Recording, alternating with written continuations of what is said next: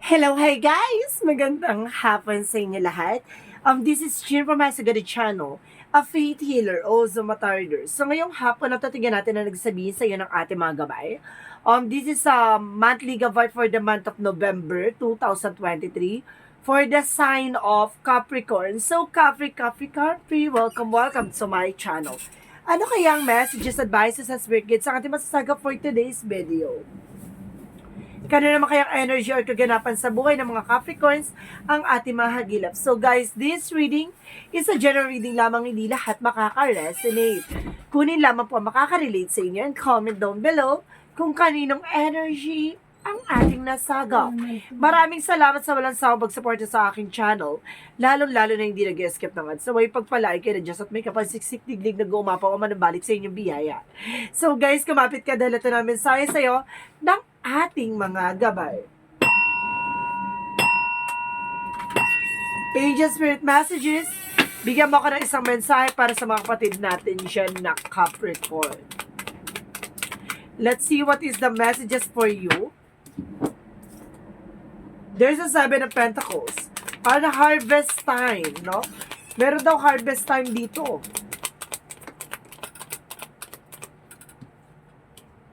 There is a King of Pentacles. Okay, there's a King of Pentacles. There's a security about sa finances, no? Kumaga magkakaroon ka na ng harvest time at the end of the time talagang mukhang magkakaroon ka na masagana dito. Kailangan protection mo yung finances mo. Because there's a King of Cups. There's a devoted and supportive person. Wow. At the same time, there's a reward card. O maaaring taga-ibang bansa itong partner mo or magiging partner mo. Or either, ang partner mo talaga. Or partner meant to be. Charis! Kumaga, maaaring makapapangasawa mo ay taga-ibang bansa. O ibang lahi. And I guess there is a the moon card. There's a revelation reveal, no? A truth reveal is coming your way. Marami kang matutuklasan, marami kang malalaman. So, additional messages. And I guess there is a higher path, a lesson learned, no? Kumbaga itong matutuklasan mo, magbibigay sa'yo ng kaalaman or magbibigay sa'yo ng information na matututunan mo, no? At mabibit-bit itong lesson na to in the near future. Parang ito yung, kumbaga, sa lahat na nangyari sa'yo, parang ito yung pinaka-lesson, no? So, let's see what is the Seven of Pentacles. There is a Three of Wands. So, there is a waiting for a ship or waiting for a result, no? May mga bagay na kailangan mo antayin. And because there's a Seven of Wands, you are being protected, or kailangan protection na yung grounds mo or yung finances mo, i-secure mo ng maayos, no?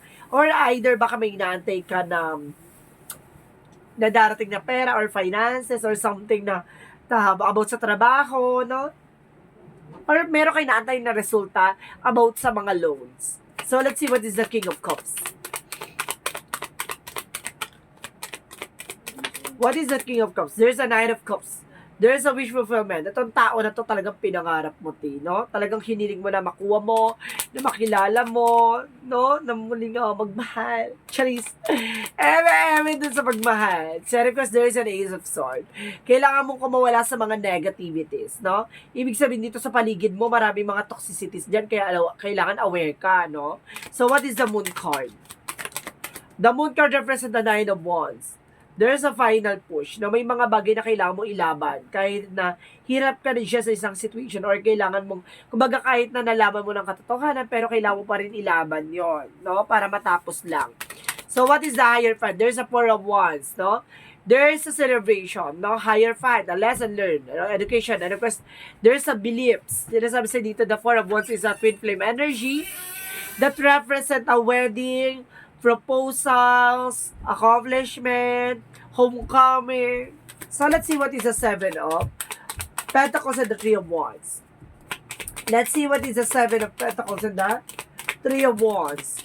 So, there's the Hangman. So, there is information na sinasabi sa dito na antayin mo, no? Marunong ka mag-antay, no? Waiting for a result. So, there is a King of Pentacles and of course the Seven of Wands. There is a Knight of Swords, no? Kumbaga, magiging mabilis itong eksena na ito. I-secure mo about sa finances mo, protection na yung finances mo. Kumbaga, at the end of the time, yung pinapangarap mong bahay, sasakyan, yung investment, kumbaga makakamtan mo, no? So, what is the King of Cups and the Nine of Cups? There's a There's a page of wands, there's a good news, and an ace of pentacles, there's a big shot or big money coming in for you. Itong tao na to magbibigay sa'yo ng oportunidad at bagong buhay, no? So, ibang lahi talaga siya, T. So, let's see what is the word card of the Eight of Swords.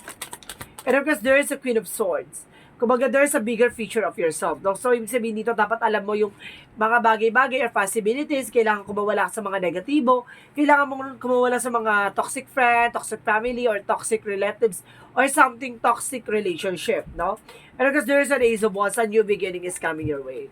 So, what is the Moon card? And of course, the Knight of Wands. There's a Chariot card. Taking action. Kailangan mo ng kumilos, kailangan mo ng gumalaw, kailangan mo ng, pag nalaman mo ang katotohanan sa likod nito, take an action, nilaban mo. Kumbaga, pagkatapos mo ilaban tong eksena na to, no? Mag-let go ka at kailangan mo magpatuloy sa buhay mo, no? So, what is the Hierophant that requires the Four of Wands? Hierophant and the Four of Wands. There's a Seven of Swords, no? Kumbaga, sa likod ng mga kasinungalingan, marami kang nalaman na tuklasan, no? Kumbaga, there's a separation rather. Kumbaga, may bagong pag-ibig na darating na talagang magpapatunay sa'yo ng salitang pagmamahal. So, let's see what is the outcome. Ang pinaka-outcome nito, Angel Spirit Guides. Let's see. There's a Nine of Pentacles. There's kumbaga, secure about sa finances, being practical. And because there's a Six of Swords, no?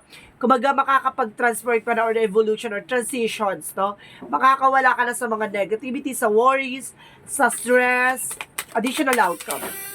And of course, there's a Ten of Wands sa obligations, no? Matatapos sa obligation, matatapos sa responsibilities. So, let's see what is the Love Oracle card. So, may bagong pag-ibig, no? And of course, may bagong pag-asa.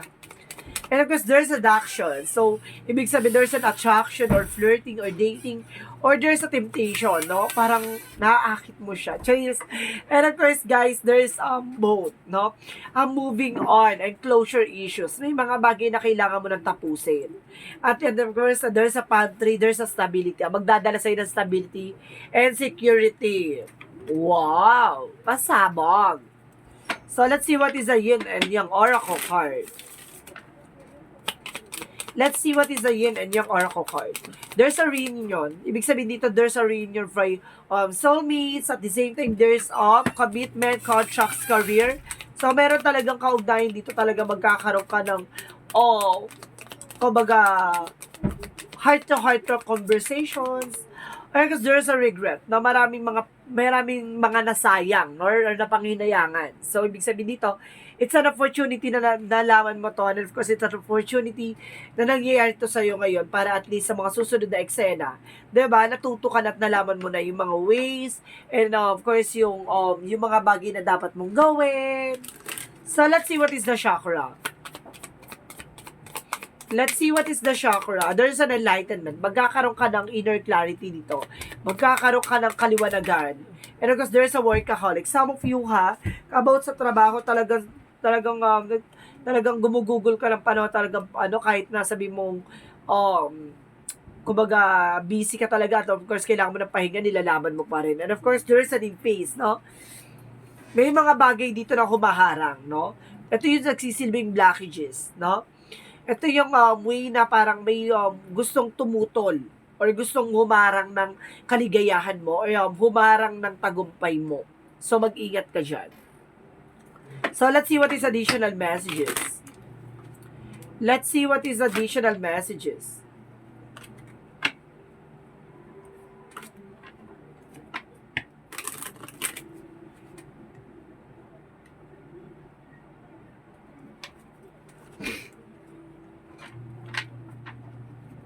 Let's see what is the ba't mahalo-halo? Okay. What is additional messages? Okay, additional messages. Additional messages. Okay. Sinasabi sa'yo dito, ito muna unahin natin. There's a double mission. So, ibig sabihin talagang meron kang, may nakalaan para sa'yo at meron ka dapat sundin na talagang gawin, no? Sinasabi sa'yo dito, serve the world by being you. Talaga ipakita mo kung sino ka talaga. And of course, trust the timing. So, ibig sabihin kung hindi pa napapanahon ngayon, nantayin mo yung agos yung magdala sa iyo sa tagumpay or yung agos na magdala sa iyo sa kakahinatnan ng eksena. So be aware and of course in the perfect timing ibibigay sa iyo ni God what you deserve. So let's see what is additional messages. Okay. So sinasabi din dito guys, there's a denial. Dati na-acknowledge mo daw yung fear, replace mo yan ng awareness. No, kailangan lumaban ka at ipaglaban mo kung ano man ang meron. Kaya of course, there's an indecision. No? May mga bagay na hindi ka pa mapagdesisyonan ngayon. At makinig ka lang daw sa intuitions mo. No? Ibibigay sa inyo yung right way, right thing, something na makakatulong sa'yo. And of course, your connection to crystals and gemstones is for healing energy or some of you kailangan nyo daw ng mga gemstone like amethyst. This is the amethyst. Okay, and of course, there's citrine. Of course, the rose gold or rose quartz. And of course, there's gold tiger eye. So, ibig sabihin may mga gemstone na makakatulong sa'yo for healing session, no? For healing energy. Additional messages. There's a family. Some of you, kumbaga, there's a family involved or some family oriented. And of course, there's an animals, no? Kumbaga, may kinalaman kapag dating sa mga animals. So, kumbaga, mapagmahal ka sa mga animals. Charis. And of course, there is a trust, no? Magtiwala ka sa process and progress na ibibigay ni God sa'yo on your career path. So, let's see what is Archangel Raphael messages for you. Let's see what is Archangel Raphael messages for you. Alternative medicine. So, some of you kailangan yung mga alternative medicines, no? Yun yung mga para like a massage, no? Yung makakatulong sa inyo for relief your stress, no? So, let's see what is this energy. Energy is door to the spirit, no? May mga pinto ang magbubukas para sa iyo sa mga bagong oportunidad. At there's a door to the spirit, parang sinasabi sa dito lang, ito ang pintuan na kumbaga mag-a-attract ka ng mga good energies, no? And because there is an anxiety. So, some of you, nasi-stress ka, nag-worries ka, kumbaga nag-overthink ka, kumbaga, sa madaling salita, depressed, no? So, let's see what is the Montology. What is this Montology? Don't let your past hold you back, no? Huwag mo na raw balik-balikan ng nakaraan, kundi masasaktan ka lang. Hold your visions, no? Pangawakan mo kung ano yung hinala mo, kung ano yung nakikita mo, kung ano yung nakikita mo bigger picture of yourself. And of course, yung nabivisions mo desires into realities. Go on, laban mo lang na ilaban. So, let's see what is the Jesus loving quotes. What is the Jesus loving quotes? So, sinasabi dito, come to me, all you that labor and heavy laden, I will give you the rest. So, ibig sabihin dito, kumaga lahat ng bigat, no? Lahat ng pasanin, lahat ng obligasyon, lahat ng sakripisyo at sakit na nakaraan, ibitawan mo raw, no? Kumaga, hayaan mo sigad na ang bumitbit niyan at bigyan ka ng mga bagong oportunidad at bagong pag-asa sa mga susunod na panahon at pagkakataon. So, let's see what is our angel's messages. Additional messages. And of course, there's a blue for inner truth, no? Ang katotohanan. And of course, there is some spirituality about sa spiritual mo. So, there is a beliefs, no? May mga paniniwala tayo na kailangan talaga natin ipagdasal minsan. Or depende sa paniniwala nyo, no? Go for it. Ilaban mo raw, no? Talaga sinasabi na ilaban mo. So, let's see what is Archangel Michael messages for you. Let's see. What is Archangel Michael? Energy healing works. So, kailangan mo talaga ng kagalingan o kailangan mo talaga magpagamot, no? And of course, spend more time outdoors. So, kailangan mong magliwalim o mag-unwind para makawala ka sa mga iniisip mo. So, let's see what is the Romance Angels. Romance Angels. Forgiving and learning. So, ibig sabihin, kailangan mo magpatawad, at matutunan, at, kumbaga, tanggapin yung mga bagay from the past, no? So, let's see what is the messages of life. Let's see what is the messages of life. Letting go, letting go, letting go. So, umpisahan natin yan mamaya. Ito muna angel's number. Bago natin masahin yan. Angel's number. There's a 5-5, I am evolving. So, 5-5 represent evolving. Substantial changes in your future. Embrace the change and the need to overcome your insecurities and let go of your fears. So, kailangan mong pakawalan yung takot at pangamba mo, no? Kailangan mong pakawalan din yung insecurities mo. Yung sarili mong yan kasi ang magiging sarili mong multo, yung insecurities na yan, na kailangan mong palitan niya ng yung insecurities mong gawin mo siyang motivations or inspiration. So let's see what is messages of life. Today, remembering that God is within me and around me, I release myself to God's hands and regain my inner peace. I know God is providing me that which is the most beneficial for my soul.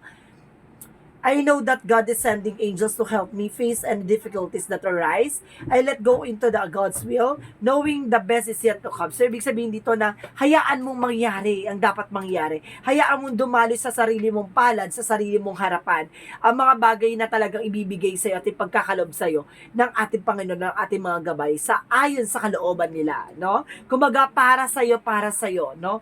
Kumaga, may mga bagay na nakaraan na, kumaga, hindi para sa'yo yung opportunity na yun na nasaktan ka at nagkaroon ng rejections. Kumbaga, it's a part of your journey talaga na maranasan yung mga bagay na yan. So, may mga bagay na kailangan mo lang tanggapin at kailangan mo lang unawain na may mga bagay or experiences tayo from the past na kailangan natin tanggapin yung katotohanan na hindi para sa atin yung mga bagay na yun at may mga bagay na para sa atin ayon sa kalooban ng Diyos. So guys, this is a monthly gabay for the month of November 2023 for the sign of Capricorn. So, Capri, maraming salamat for your wonderful reading. Lalo-lalo na yung mga lagi sumusubaybay sa ating reading. Maraming salamat for you. And lalo-lalo na yung hindi nag-skip ng ads. Pagpalaing ka ng Diyos at may kapalsiksik-liglig umapaw sa'yo ang biyaya. Maraming salamat. And see you in the next video. Bye-bye. And babush.